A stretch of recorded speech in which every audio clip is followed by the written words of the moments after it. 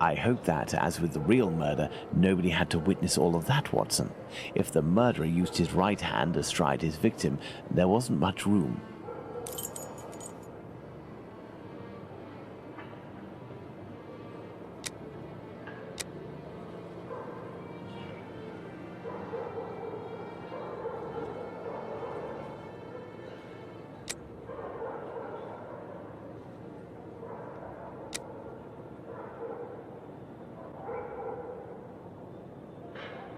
No, had the victim had her throat slit while standing, there would naturally be blood on the walls.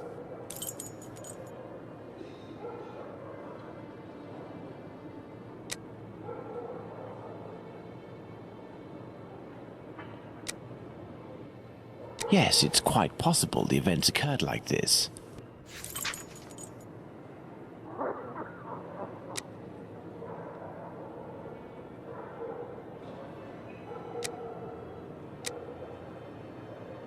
No, I don't think that things went like that. The murderer didn't attempt to stab his victim in the stomach.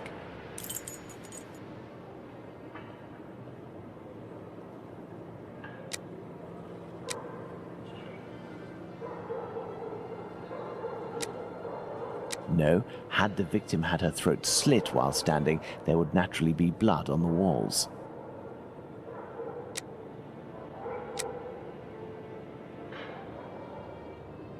The murderer had enough room to inflict the wounds to the neck, and these wounds suggest the left hand was used.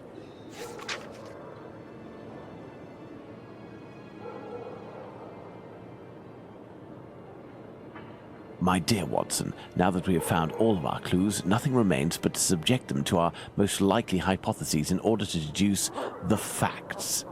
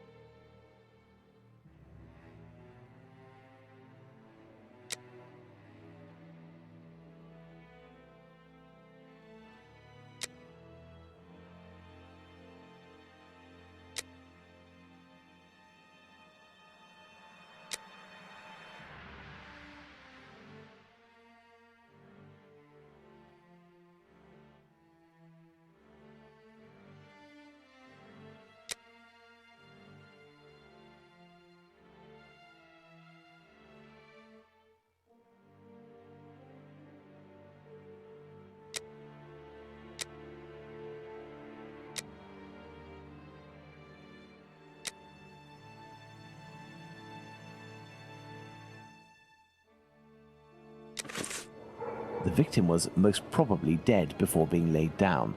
Once the heart stopped, gravity drained the body slowly, not in a heavy spurt that would have stained half the street. Thank you, Holmes. I understand why you told me not to change clothes. Do you realize that our behavior didn't alarm anyone? The victim's ordeal was even more discreet. By acting in silence, we have confirmed something. The crime definitely took place here. The victim and her murderer were able to come here without making any noise, and afterwards the murder took place without the slightest cry being uttered. Come, Watson, let's go home. We have spent far too long in this sinister alley. And so, my dear Watson, the day and night which we passed in Whitechapel were enlightening, weren't they? An adventure that I most certainly will never relate. To be in the skin of that poor woman. I prefer not to speak of it further. But have we really learned anything about the murderer? Obviously a man, given the necessary strength. We have little to go on, at least no more than the police. But in my opinion, Inspector Aberline has a trick or two up his sleeve. No, I want to talk about the facts and what we can draw from them. We know where the crime was committed and under what conditions. I would like to ask you about the possible motives for the crime. According to you, Watson, what could have pushed the murderer to act in such a way?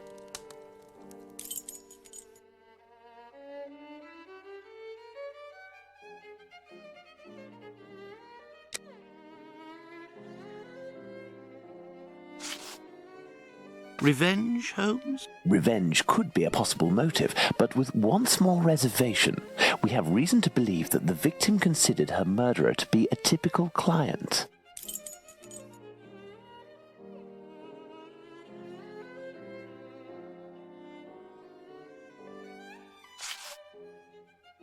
A personal drama. Love can certainly lead to many a drama, but we have to consider the fact that the victim didn't know her attacker.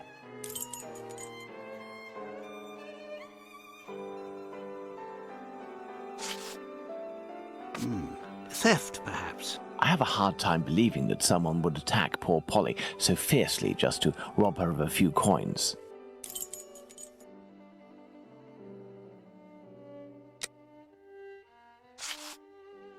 Homicidal insanity, Holmes. It is indubitable that the man who did this to Polly Nichols is not of his full senses.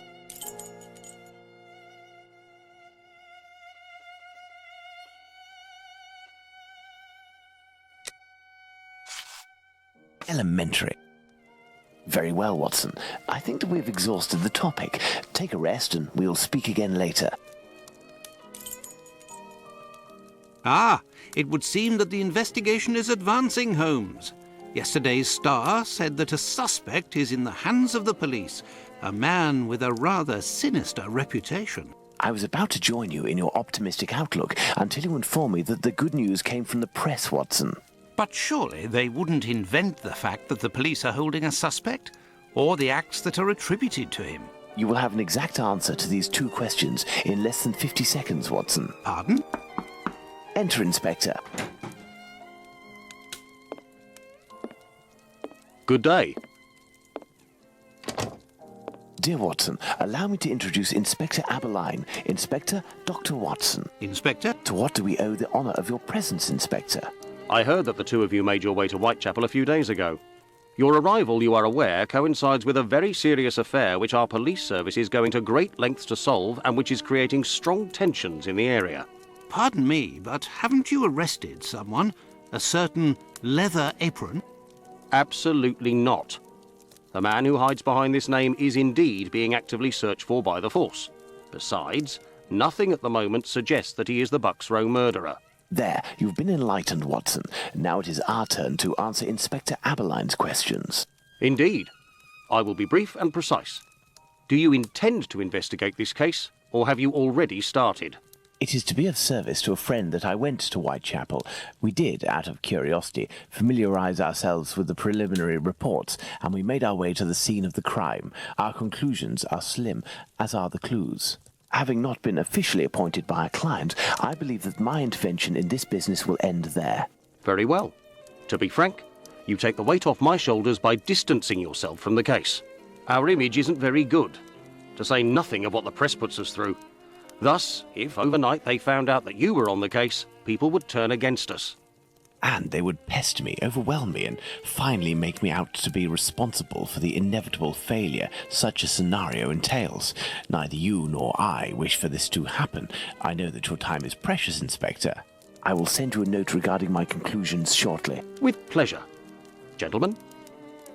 Do you think that he will find the murderer? The chances are slim to non-existent. It is 7 days now, short of a confession from the murderer himself. And you will not go further? You heard the Inspector, Watson. My presence in Whitechapel would hinder, which doesn't mean that we will drop the case. How is that? The Inspector spoke of me, but not of us. It is you, Watson, who will lead the investigation tonight. It is you who will bring to the police station the little note that I will write regarding our conclusions. Despite the late hour, there is nothing to stop you from making inquiries about this famous leather apron while you are there.